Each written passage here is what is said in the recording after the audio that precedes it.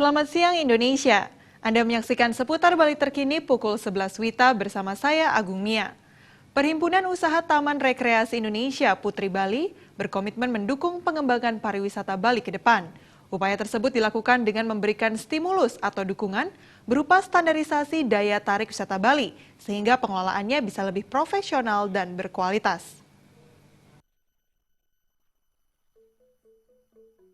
Pariwisata Bali selama ini sudah terkenal hingga mancanegara. Namun demikian, tetap dibutuhkan langkah penataan dan pengembangan untuk menghadapi persaingan dengan destinasi lain di dunia.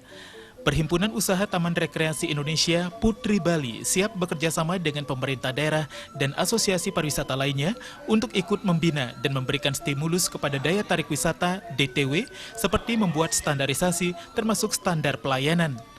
Saat ini di Bali sudah ada DTW yang digarap secara profesional. Namun ada pula yang sifatnya komunal dan organisasinya dimanage oleh masyarakat lokal.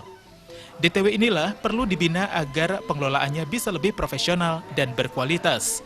Selain itu, Putri juga ingin dilibatkan dalam hal sertifikasi SDM pariwisata guna menjaga eksistensi pariwisata Bali. Lebih memiliki standar yang baik.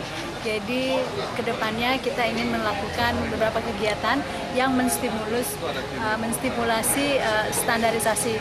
Yang sulit itu adalah memaintain daya tarik wisata yang sifatnya komunal, yang yang dimanage oleh masyarakat setempat atau lokal. Nah, itu yang ingin kita standarisasi bekerja sama dengan pemerintah kabupaten kota yang memiliki daya tarik tersebut.